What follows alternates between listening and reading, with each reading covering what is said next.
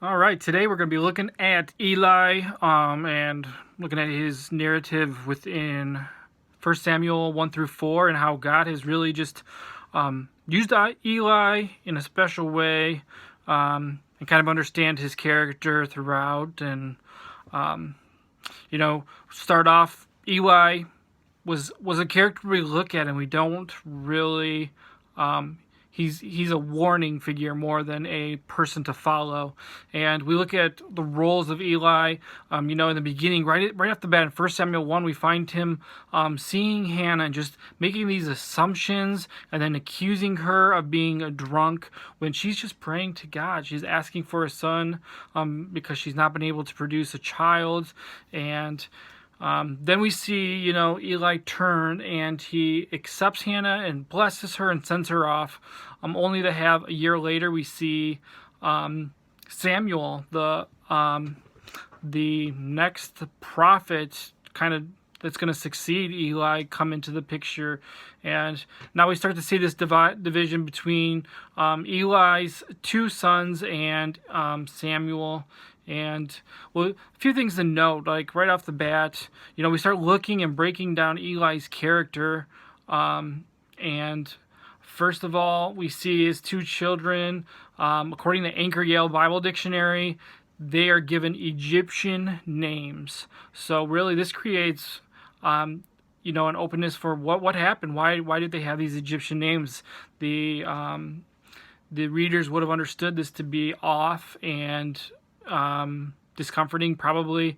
I'm gonna go out and say that the mother was probably Egyptian, and that Eli had kind of broken that covenant and married outside of the Jewish people.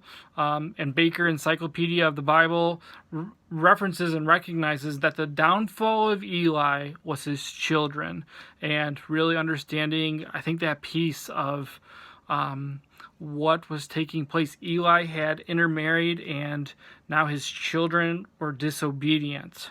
And we think about that today. As a father myself, I really want to be responsible for I'm responsible for my children, but I recognize my own limitations, my own sovereignty. I'm not sovereign over my children, and so this kind of throws up some flags, like what caused that downfall as far as his children are concerned. And I think one of the answers we get is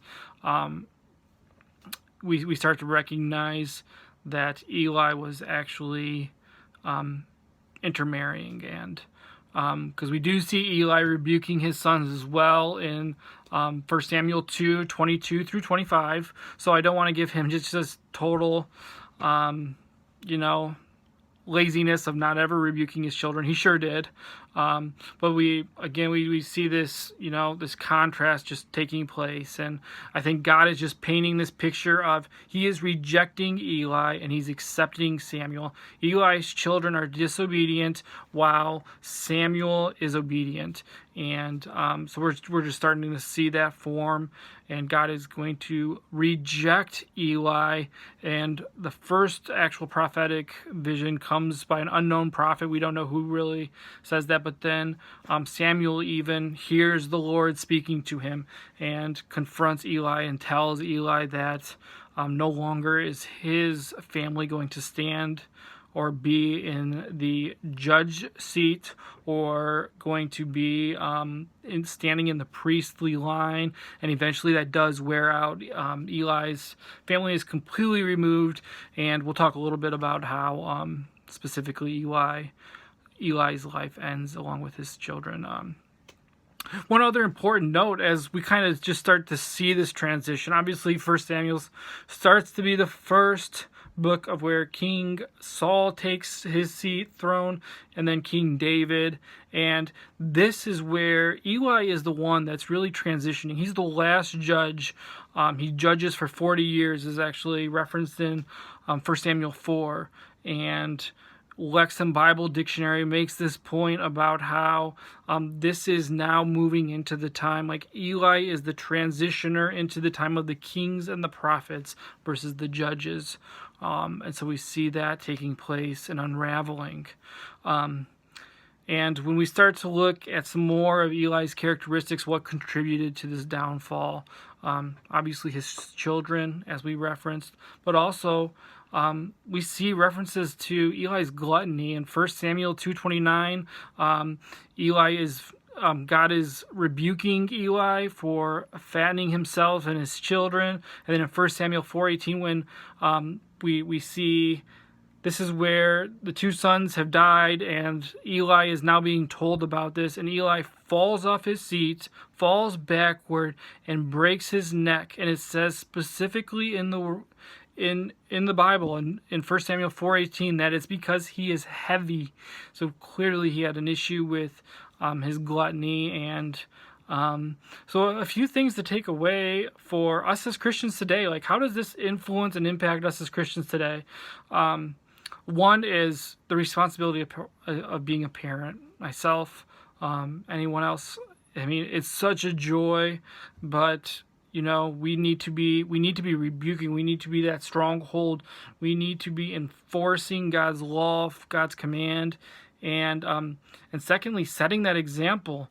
Not just telling our kids what to do, but being that example. We, like I said just a second ago, and we see in 1 Samuel 2:29, he's being condemned by God. Eli is being condemned by God because he is fattening himself and his sons. So he's setting that example of just pursuing and satisfying ourselves. And I think that's one of the major themes in this for us to take away today, is that are we seeking ourselves? Are we seeking our own pleasures, or are we seeking to glorify God? Are we seeking to help others? Are we trying to manipulate God like Eli's sons were when they took the Ark of the Covenant in the battle against the Philistines? Or are we letting God dictate and use us? And, just kind of the last thing is in 1 Samuel 1, when Eli jumps to that conclusion of Hannah being a drunkard. Are we listening and are we making assumptions and accusations against people, or are we listening and getting to know them and love on them? And I think that's another important part of us, especially today as Christians. Are we willing to listen before we just assume and accuse?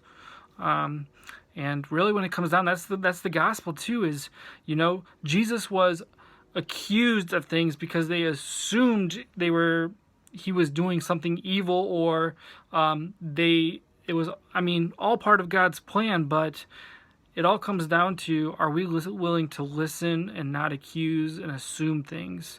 Are we willing to love on others and put them before ourselves?